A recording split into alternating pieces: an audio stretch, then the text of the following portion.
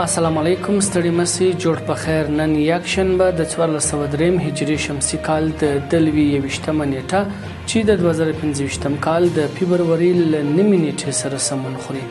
له سکون رادیو ویبپاڼې او خواله رسنیو مو د نن ورځې لنډو او مهمو خبرونو ته زه حافظ احمد نصرت ترکلی کوم.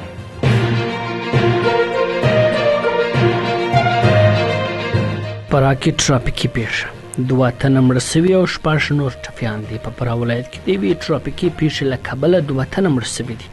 د فراه ولایت د پشتکو ولسوال عبدالناصر نوراني وایي پرون د شیخ ابو ناصر فراهي په بندر کې 2 موټرو ټکر کړی دی.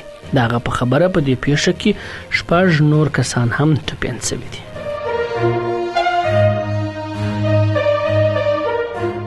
له لوګر څخه د 8 میلیون افغانیو په ارزښت کرنیز محصولات صادر شوي دي. د لوګر ولایت د سوداګرۍ او پانګونې خونې مسؤلین وایي چې د روان 1403 کال په لړ کې له دې ولایت څخه څه باندې 1.1 میلیون ټنه بېلابېل کرنیز محصولات صادر شوي دي. د یاد د خونې رئیس محمد یعقوب مومند ویلي صادر شوي محصولات چې پکې مڼې، انګور، زردالو، بادام، هندوانې، کچالو، پیاز، رومۍ، بانجان او نورې میوې او سابه شامل دي. د کابل په ګډون ګاونډیو ولایتونو او بهرنیو هیوادونو ته صادر شوي دي. مومند زیاته کړه چې د صادر شویو محصولاتو ارزښت څه باندې 8 میلیون افغانۍ دی او دغه محصولات د لوګر له مرکز او ټولو ولسوالیو څخه راټول شوي دي.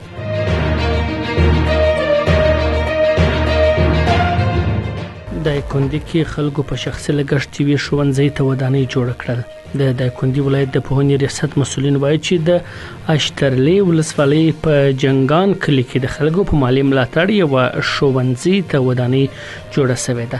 د دغه ریاست د نشراتو مسؤل ابراهیم عسکري ویلي چې د یادې ودانۍ رغنیزې چارې بشپړې شوي او په یو وخت کې د 1500 زده کوونکو د ځایولو ظرفیت لري. نوموړي زیاته کړې چې دغه ودانۍ 11 درسي خونې، یوه اداري دفتر او د لیلې خونه لري او تمه ده چې په 1404 لمریز کال کې به ګټې اخیستنې ته وسپارل شي.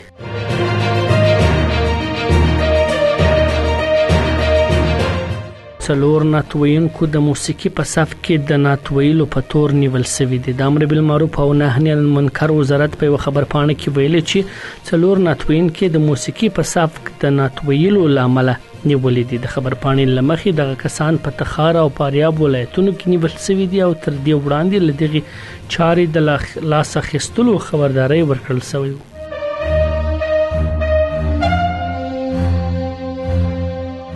د قانون وزارت ویاند وایي افغانستان کې د ټاپي پروژې چارې په چټکۍ روانې دي. د قانون او پټرولیم وزارت ویاند همایون افغان رسنیو ته ویلي افغانستان کې د ټاپي پروژې چارې په چټکۍ روانې دي. همایون افغان زیاته کړې ده چې ښکېل هیوادونه هڅه کوي چې د دغې پروژې چارې ژر تر ژره بشپړې شي.